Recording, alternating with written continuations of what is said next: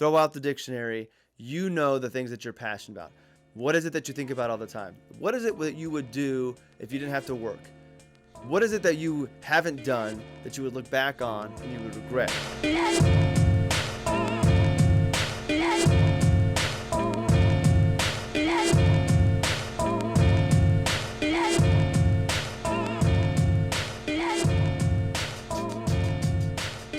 Hello and welcome back to another episode of The Pursuit. It's Friday, December 17th. Can't believe it's a week before Christmas and a couple weeks before the end of the year.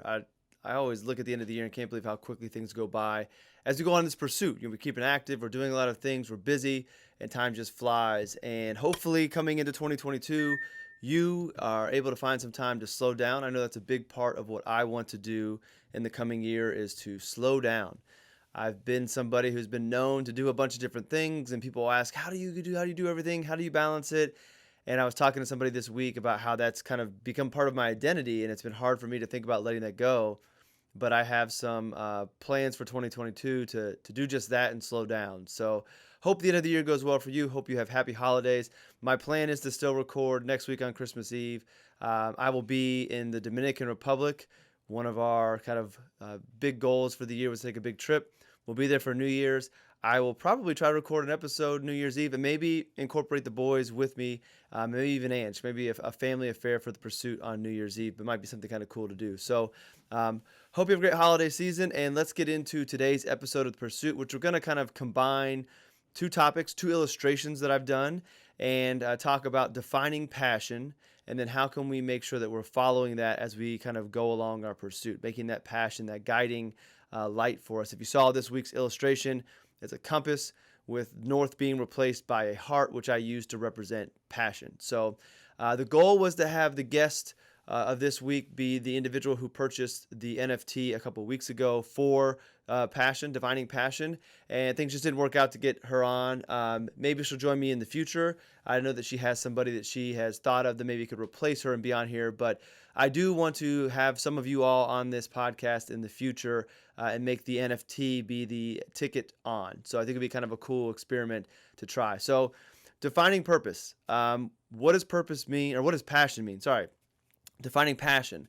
What does passion mean? And I want to first off just address that a lot of times people say follow your passions, and a lot of times it gets dismissed. A lot of times people say you can't follow your passion. Depending on what your passion is, you may not be able to make a living out of it. You may not be able to provide for your family. And I do think there's some truth to that. I don't think that you should wildly follow and blindly follow things that aren't really your passion. They're just something that you really, really like. So how do we figure out what our passion is versus just something that's the next cool thing or next thing that has our interest?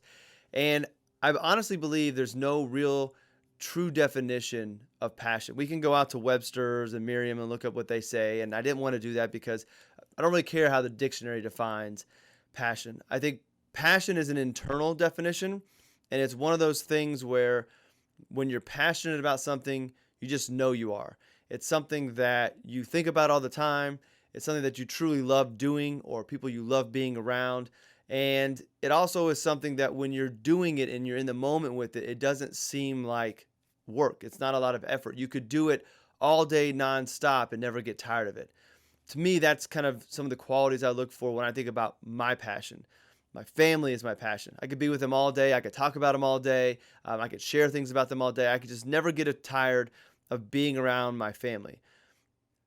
My work is a passion. I enjoy the clients that I work with. I enjoy being a financial advisor. It doesn't really seem like work. And all the things I've brought into my profession, the creating content, the podcast that I'm doing, interviewing people, writing videos, exploring those things. Those are things that I'm passionate about. And when I do them, it's not hard. That's part of the way that I've always been able to juggle a bunch of balls, is that the things I'm doing, I have a passion for. And some of them I have more passion for, and those are the ones that always stick around. RLS Wealth, AGC, those don't go anywhere because those are the things I have the most passion for. But I have passion for other things I want to explore and see what it's like to do these things. And once I experience them, maybe I determined that, okay, that the passion there wasn't as great, or it was a momentary passion. I figured out what it was like to do that. So now I can back it off and go to the things that I want to go after next. So I can't give you a definition of passion, but I think you can look internally and know the things you are most passionate about, the things that you would do for free if you could. If you had all the money in the world, what would you do? Chances are what you would be doing are the things that you're most passionate about. So when you can kind of jot those things down and you define those, then the next level is how do we make sure that we're able to incorporate those passions in our life? And if we're so lucky, how can we make those passions our career and our life's work and what provides for us and our family? And not everybody's going to have that luxury, but I have a way to incorporate passion in your life so that you are able to do the things that you're most excited about and counterbalance maybe some things that you're less excited about because you just necessarily need to. So I want to go further into the fact that your passion doesn't always have to be your career. If you can make it, that's outstanding. That's ideal. Think about it. If your work is your passion, then you're not working a day ever.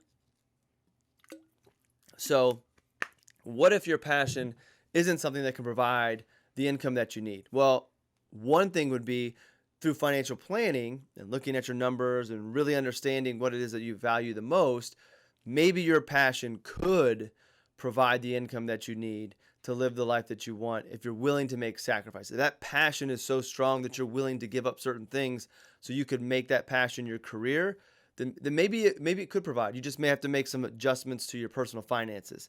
So that's one way to look at it. But if that's not even an option, then making sure that that thing or that group or whatever it is that passion's there that you want to make sure you're able to incorporate, make sure that's a part of your life. And I have a story that will kind of illustrate how you might be able to do this. And for a change, the story is not me.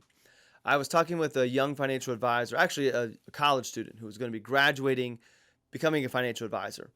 And in his time at school, he volunteered to be a high school soccer coach, assistant JV coach, coach high school kids. Meanwhile, he's going to school. So he is a teenager himself when he first started doing this. And by his junior year, I believe it was, the head coach at this small high school resigned. And he found himself as a college student becoming a high school soccer coach. Soccer was his passion. Coaching was his passion. Financial planning was the career path he was choosing. And we were having a conversation about the type of firm he should look to work for, what should he consider. And I told him, find a financial planning firm who's going to invest in you, who wants to see you who's going to see you grow, wants to give you experience, because experience in our profession is one of the most important things. We can learn everything in the books, you can learn the numbers, but experiencing working with people, how to communicate with them, how to address their concerns, and then tailor the planning is really where a lot of the work goes, and you just get that from doing it.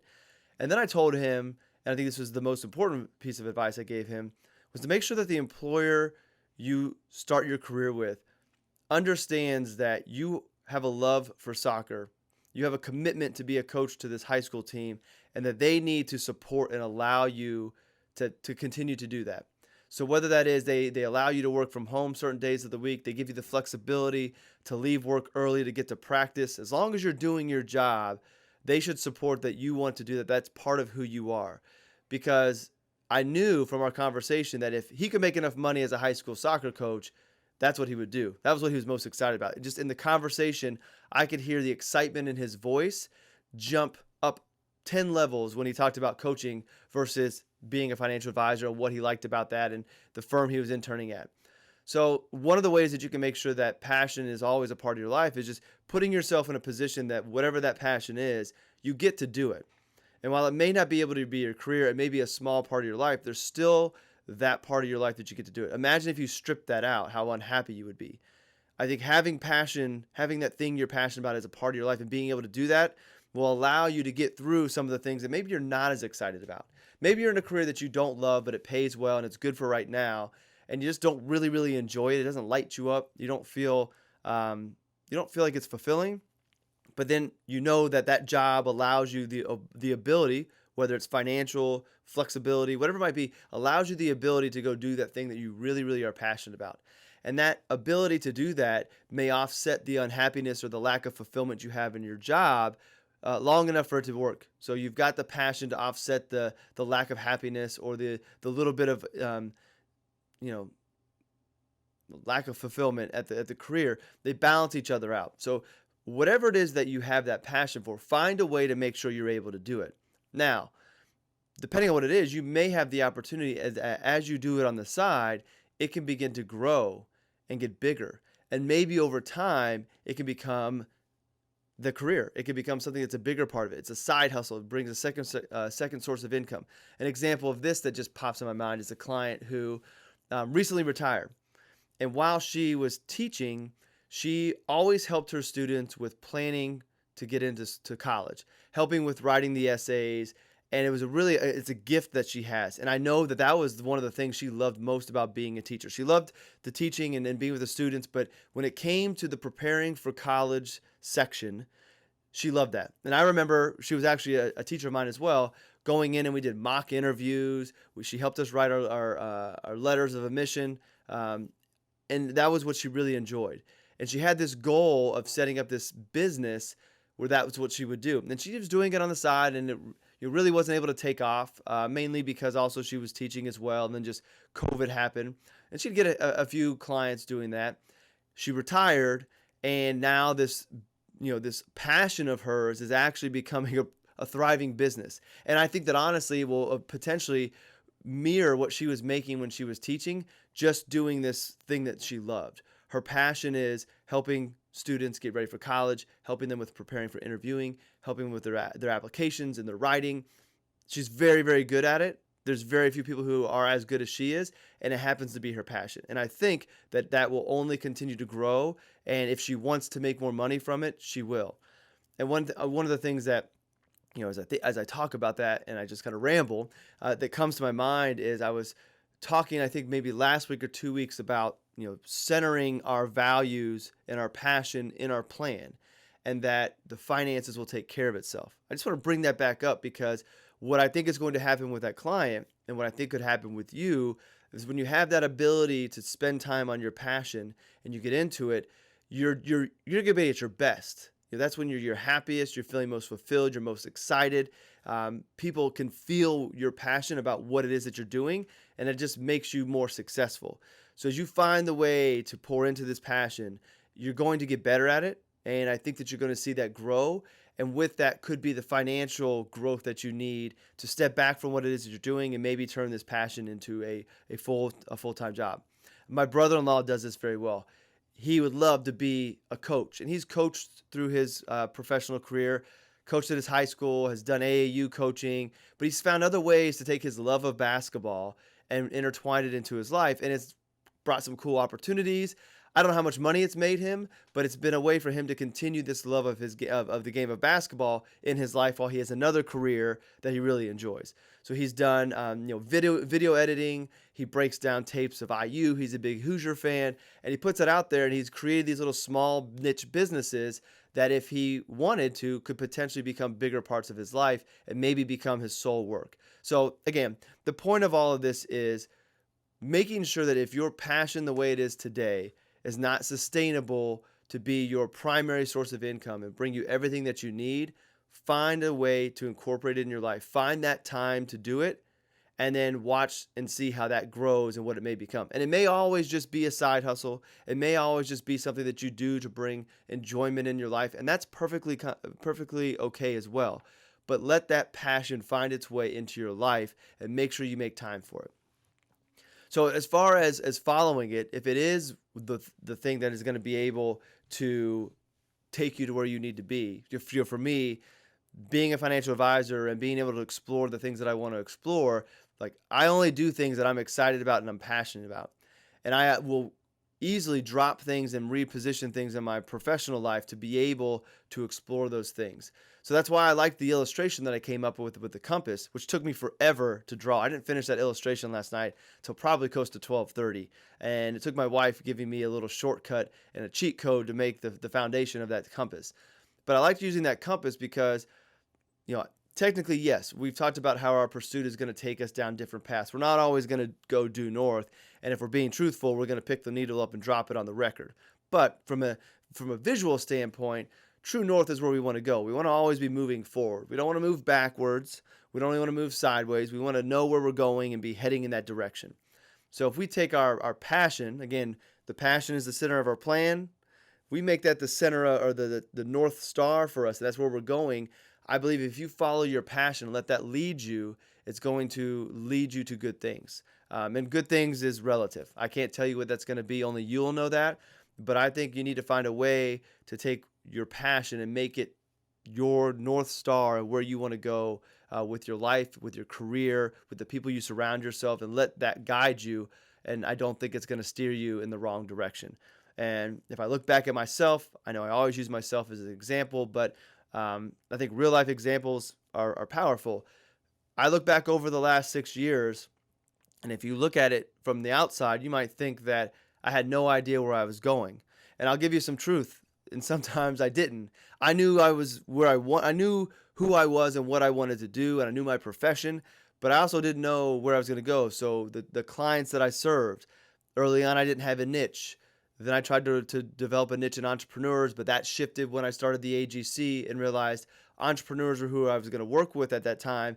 It was just entrepreneurial financial advisors.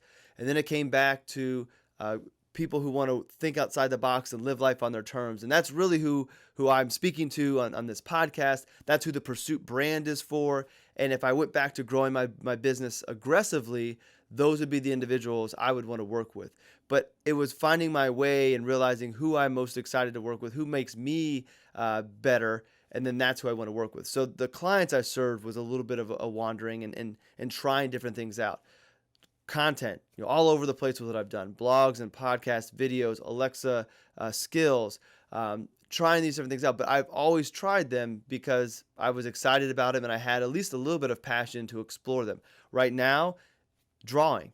I'm doing these illustrations and turning them into NFTs because that's something that I have this creative itch and I'm passionate about it. I want to fully explore it. That may only be short-lived. It may be something that I continue to improve upon. Next up on my list is photography. I've got a great camera I don't know how to use. So I want to find time in my life to be able to learn how to use it and see what I can do from a creative standpoint using photography. Creating music. I will find time in 2022 because music has always been a big part of my life. I don't know if I ever would have told you it was a passion because I didn't know how to create it. I'm not musical yet, but I love music. I love listening to it. I love deconstructing how it's created, and I'm probably very, very surface level when it comes to that. I'm going to find time in 2022 to explore that avenue as well and take this passion and this love that I have for music and see what does it mean to me as a creator. So looking back, everything that I've done has been led by passion. Sometimes the passion goes away. There are certain things that will never go away from, and I let that guide me. So if there's an interest, there's something I'm passionate about, I go down that path and I let that take me down there for the time being and see where it leads me. I never want to go down a path that I'm not excited and passionate about. An example I give on that to financial advisors is when we talk about building a financial advisory practice, having a niche. So having a demographic, a career, somebody to work with. And I mentioned that the niche I want to serve, if I go back to growing the firm, are people who think outside the box. They don't want to be conformed to the constraints of society. They have a life they want to live and they want to do it their way. Maybe they're entrepreneurs, they're risk takers. Like those are the people I want to surround myself because that's who I am. And I think I can help them from a planning standpoint. What I couldn't do is I couldn't force myself into a niche. I have to have that excitement and that passion about who I'm serving. So the example I give advisors is Eli Lilly's global headquarters is just down the street, well, about 30 minutes south in Indianapolis. I could have decided that I'm going to learn everything about Eli Lilly, their benefits, their 401k, and I'm just going to become the advisor for Eli Lilly employees. It may be a certain specific group of Eli Lilly employees. But to be completely honest with you, that doesn't excite me. I would be bored learning that I probably could have grown a business twice the size of what I have today, but I wouldn't have been excited about it. I wouldn't have been passionate about the people that I was working with, or at least not passionate about that niche. Ultimately, I would have found people that I liked being around. I wouldn't work with people I don't like, but it's different. When I think about the people that I work with now and the people I work with in the future, like I get excited about that. Thinking about working with Eli Lilly, it's a good business, but for me, that's not exciting. And there are certain advisors I know that can just say, hey, this is a good business decision. This makes sense. I'm going here. And there's nothing wrong with that. But that's not how I work. I've got to be motivated and passionate and excited about the things that I'm doing. And that's kind of how I guide myself on anything that I'm doing, whether that is work or personal or professional. Passion leads me. And I think that's led me to a great place in life and will continue to do so. And I think it will lead me to a better spot. And we're going to find out on the pursuit because I share everything with you all as I continue to do that and understand more about how to tap into this passion and make it a greater source of my focus and my energy. All right, so that's it. That's the conversation about passion for today. First off, defining it. I don't think there's a definition that I can tell you, here's what passion is. Throw out the dictionary. You know the things that you're passionate about. What is it that you think about all the time? What is it that you would do if you didn't have to work? What is it that you haven't done that you would look back on and you would regret? Start there and then dial in and be more honest with yourself. And throw away anybody else's opinions on what your passion may be. It doesn't matter what other people think. It only matters what you think. It's your life. So if you have this passion for it, explore it. Find ways to incorporate it and go in on it as much as you can. And if it becomes your career and a big part of your life, that's great. But if it's only a small part of your life, but it brings you a lot of happiness, that's still okay as well. But you just need to make sure you're not going through life lacking passion somewhere. And it could be people. It could be the people you're around. I talk about career a lot, but there's lots of ways that passion can find itself into your life. It's up to you to understand it and identify it and then find ways to incorporate it and see what happens as you incorporate it. And if you can bring it more and more to the center of what it is that you do, closer and closer to that North Star for you, you might be surprised at how much more or the size that it will play in your life. So that's what I would encourage you to consider. And that's what this week's episode was all about. So I hope that you know what you're passionate about. I hope you find the courage to bring that to the center, bring that to your North Guide, and see where it takes you. Let that guide you, and I don't think you'll be guided in the wrong direction. And again, the final thing I'd say is take people's feedback with a grain of salt. Don't let that influence where you go. They may have some good things for you to consider. They may have some good things for you to address as you figure out how to incorporate your passion more into your life, but don't let them steer you away from exploring it. And if you explore it and you realize you weren't as passionate about it as you thought you were, that's okay as well. Because then it's going to make you realize, okay, that's not what I was passionate about. That's not what my passion was. What is it? And it's going to help you find. So just let that calling guide you. Be responsible as you do it, but let that guide you and see where things fall. Well, I appreciate you tuning in. I do want to end with a quote. I almost forgot. So I am starting to read. If you're listening to this, you're not going to see it, but I'm reading. It's called the Bullet Journal Method. And we do a book club in the AGC, and this is Q1's book club, and I'm actually way ahead for a change. I'll get into the journal method, and I'll probably share on this pursuit because it may be something that some of you may want to get into. But as I'm reading it, it's kind of telling you the why behind it. There's a couple quotes I really liked that I wanted to share. And in this part of the book, the author's talking about intentionality. And there's a very famous study of an Australian nurse, Bronnie Ware, who spent a lot of her time working with people on their deathbed. And in finance, we talk about how in that study, those who were nearing death never talked about wishing they would have saved more, wishing they would have had more money. They talk about having more experiences, which is true.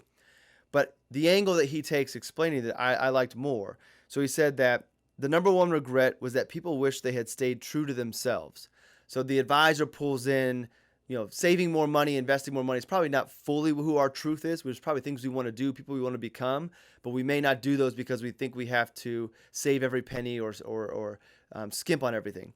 So this is pulling it away from the financial component. Back to the quote. When people realize that their life is almost over and look back clearly on it, it's easy to see how many dreams have gone unfulfilled. I want you to minimize regret. Don't have unfulfilled dreams. Back. Most people have not honored even a half of their dreams and had to die knowing it was due to choices they made or they did not make.